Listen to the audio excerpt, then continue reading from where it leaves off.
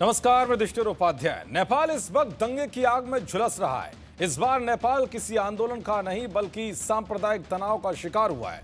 ये तनाव तब शुरू हुआ जब कांवड़ यात्रा की तैयारी चल रही थी। मुस्लिम समुदाय के लोगों ने बिजली के खंभों पर लगे झंडे और डीजे बजाने पर आपत्ति जताई। देखते ही देखते दोनों पक्षों के बीच माहौल इतना तनावपूर्ण हो गया कि बात मारकाट पर आ गई, जिसके बाद पुलिस ने भीड़ को तितर बितर करने के लिए गोलियां चलाई। इस गोलीबारी में 3 से ज्यादा लोगों की मौत भी हुई है, जबकि कई लोग और सुरक्षा कर्मी घायल हुए हैं। भारत के बिहार से सटे सुनसरी से शुरू हुआ बवाल अब मधेश और कोशी प्रांत के कई जिलों तक फैल चुका है। हालात इतने बिगड़ गए हैं कि कई इलाकों में अनिश्चितकालीन कर्फ्यू लगा दिया गया है। इसके बावजूद भी दंगे की आग ठंडी पड़ने के बजाय और भड़कती जा रही है।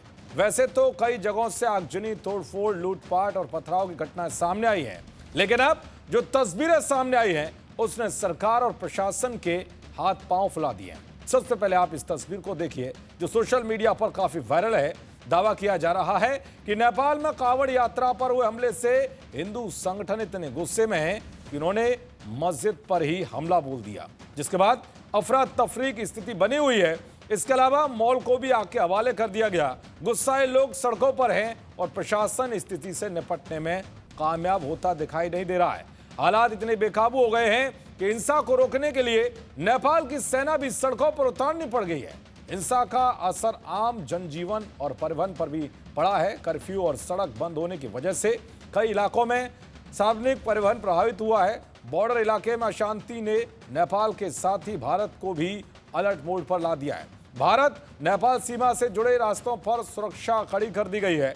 भारत के साथ मधेश की खुली सीमा, आसान आवाजाही, भाषा और धार्मिक परंपराएं एक जैसा होने से तनाव के सीमा पार पहुंचने का खतरा बना रहता है। इसलिए यह इलाका सीमा पार होने वाले तनाव के प्रति संवेदनशील हो गया है।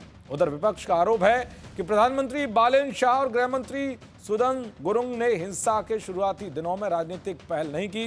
प्रधानमंत्री ने 4 दिन बाद सुरक्षा अधिकारियों से बैठक की, जबकि राष्ट्रीय सुरक्षा परिषद की बैठक 5वें दिन बुलाई गई।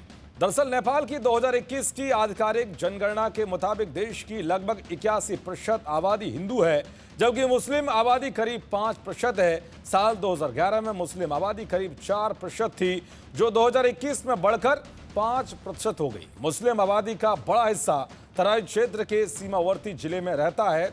रोहतक, परसा, बांके, बारा और सरलाई जैसे जिलों में मुस्लिम आबादी राष्ट्रीय औसत से काफी ज्यादा है।